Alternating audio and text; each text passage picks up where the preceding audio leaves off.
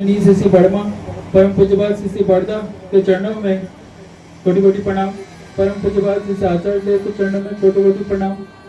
यहाँ उपस्थित मार्गदर्शक ऋतिक गुरुजनों जाचकगणों को प्रणाम एवं जय गुरु और सभी भक्त वृंदों को प्रणाम एवं जय गुरु। आज सुबह मंडल काकू फोन किए कि बीजापुर में सत्संग है, तो मैंने बोला ओके काकू आएंगे। तो किसके घर सत्संग है, क्या है, कुछ पूछना नहीं है, सत्संग है। क्यों? क्योंकि ठाकुर जी का सत्संग है। तो ऐसा क्यों होता है? जब हमको ठाकुर जी से प्रेम होता है, क्योंकि बिना प्रेम के हम ठाकुर जी की बातें मान नहीं सकते, मान नहीं पाते हैं। ठाकुर जी को एक भक्त पूछते हैं कि मैं अपने माता पिता को प्रेम नहीं कर पाता हूँ, प्यार नहीं कर पाता हूँ। तो ठाकुर जी को दुख हुआ। वो बोलते कि मेरी माता बहुत मुझे दंड पूर्वक बहुत दंड देती थी। मैं जब कुछ भी बदमाशी करता था बचपन में, तो मेरी माँ मुझे एक बार मारने के लिए दौड़ी। मैं देखा कि मैं दौड़ रहा हूँ, माँ भी मेरे पीछे डंडा लेके दौड़ रही है, माँ बहुत हाँफ रही है। तो माँ की परेशानी देखकर मैं रुक गया कि नहीं, माँ को तकलीफ होगी तो मैं रुक जाता हूँ। फिर माता ने उनको दंड दिया, वो एक जगह खड़े हो गए, माता ने उनको दंड दिया। तो ठाकुर जी ने बोला कि इतना दंड देती थी, उसके बाद भी मैं कोशिश करता था कि माता को कोई भी परेशानी ना हो। तो अगर माता से प्रेम नहीं होगा तो कैसे होगा? तो माता पिता से कैसे प्रेम कर सकते हैं? माता पिता से प्रेम करने के लिए कुछ नहीं, ठाकुर जी को अपनाइए, उनके नीति आदेश पे चलिए, और ठाकुर जी अपने जीवन में जो जो करके दिखाए हैं वैसा अगर हम थोड़ा सा भी कर लेना तो ठाकुर जी से प्रेम हो जाएगा। और ठाकुर जी से अगर प्रेम होगा तो हम अपने माता पिता को भी प्रेम कर पाएंगे, अपने आस पड़ोस को सभी को प्रेम कर पाएंगे। और प्रेम करने से क्या होगा वो मैं आपको बताता हूँ। मेरी बचपन की एक छोटी सी घटना है। मैं 5th क्लास में था। एक बारी शनिवार का समय था, सुबह स्कूल होता है, आज भी सरकारी स्कूल में सुबह की स्कूल होती है। तो मैं सुबह स्कूल से आया, मैंने देखा कि ऐसे छोटा सा घर था हम लोगों का। घर के बाड़ी में पड़ोसी जो थे उन्होंने अपना गद्दा डाला रखा हुआ है धूप देने के लिए गद्दे में।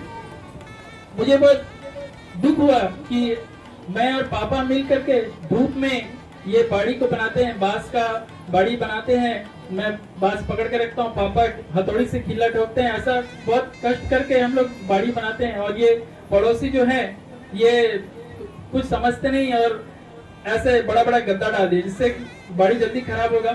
तो मुझे गुस्सा आया बहुत। मैं अंदर से ब्लेड लाया और मस्त गद्दा को काट दिया।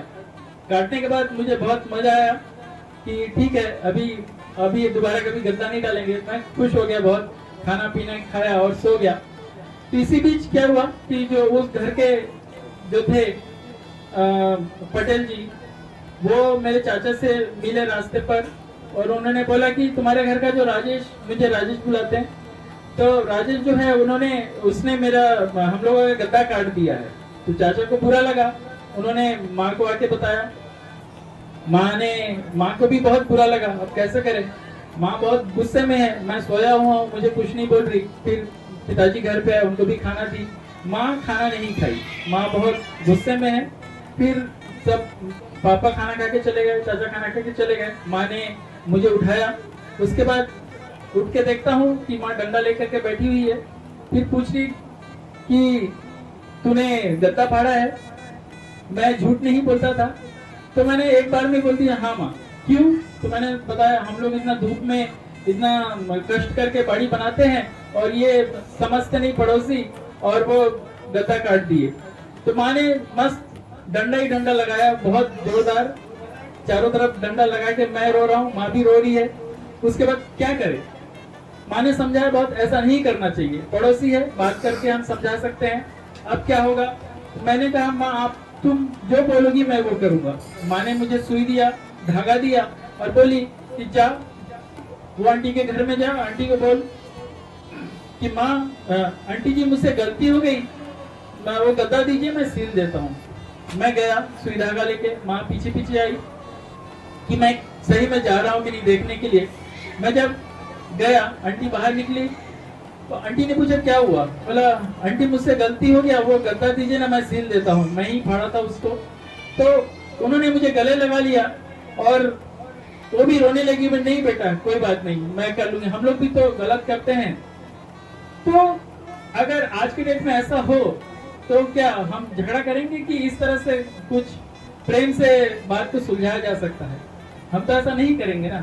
तो मेरे माता जी को ऐसे कहां से बात है कि नहीं तुम जाओ सिल के आओ, नहीं तो वो तो बोल ही सकती ना, चलो झगड़ा करते हैं फिर से डंडा लेकर के, क्यों हमारे बाड़ा में आप गद्दा डालते हो, क्यों हमारा बाड़ा खराब करते हो। तो ये चीज हमको सीखने को मिलती है कहाँ से? ठाकुर जी के पास, कि हमें पड़ोसी से भी प्रेम करना है। और इस तरह जब हम प्रेम से अगर रहते हैं तो आस पड़ोस में भी हमारे साथ साथ ठाकुर जी को वो लोग भी मानने लगते हैं। क्यों? क्योंकि वो समझते हैं कि नहीं, ये लोग झगड़ा नहीं करते, ये लोग ठाकुर जी से प्रेम करते हैं और हमारे साथ भी प्रेम से व्यवहार करते हैं। तो हमें जरूरी है कि ठाकुर जी ने जो पथ दिखाया है उस पथ पर चल सके, ठाकुर जी की बातों को मानकर चले। और ठाकुर जी का सत्संग आश्रम यहाँ पर सत्संग मंदिर जगदलपुर में है। जगदलपुर में आचार्य देव और जो भी ठाकुर जी की जनरेशन है वो कई बार आई हुई थी, तो जिस कारण से ठाकुर जी का जो सत्संग केंद्र सत्संग मंदिर जगदलपुर का है एक पवित्र स्थान है। वहां पर हम जब भी जाते हैं तो हमें बहुत सारे हमारे जो परेशानी होती है उनका समाधान भी मिलता है। तो आइए ठाकुर जी का यहाँ पर जो दीक्षा नहीं लिए हैं, कोशिश करिए ठाकुर जी की बात सुनिए, दीक्षा लीजिए और जीवन को सुंदर बनाइए। जय गुरु।